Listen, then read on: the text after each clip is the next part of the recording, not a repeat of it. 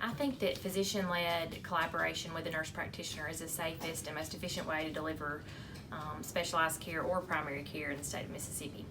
And I think that collaborating with nurse practitioners increases patients' access to specialists. We have very limited pulmonologists in this area, and so being able to have more providers here in our clinic means that more patients get taken care of.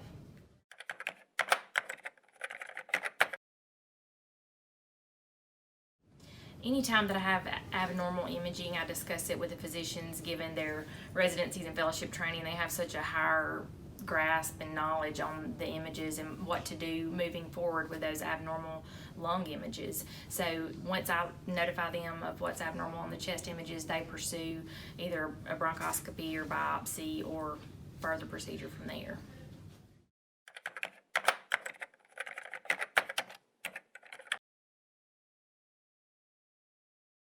So in order to become a pulmonary critical care physician, I did 4 years of medical school, followed by 3 years of internal medicine residency, followed by 3 years of a pulmonary critical care fellowship. So a total of 10 years after a 4-year college program to become a pulmonologist.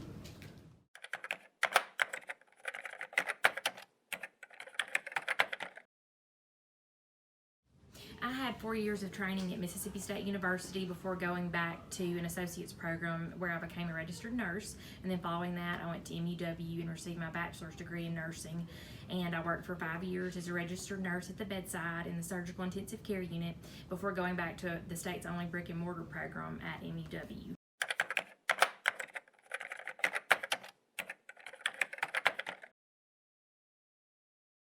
We actually had a case this morning that we talked about, and a patient had come in and been on some blood thinner medications for a few months, I think 5 months. And typically for pulmonary embolus, which is a blood clot to the lung, we would provide at least 6 months of anticoagulant therapy. The patient was out of his medications and needed a refill, wasn't sure about whether he should continue the medication or not. And so he came, had an appointment with Julie, and we had a conversation about how we treat blood clots, how duration of therapy for blood clots, and made a recommendation for this particular patient to continue at least 1 more month of therapy and then see me for his next visit to make that important decision about whether or not it would be appropriate to stop the blood thinner medication. With Dr. Evans and Dr. Gardner, I have the gift of always knowing they're available to me. Anytime that I have a question, I have the confidence of knowing that I have a medical doctor that has trained for 10 years after college, 12 years after college to support me in any kind of care to be delivered to the patients. I never have to wonder or feel like I can't ask them anything. They're always available to me.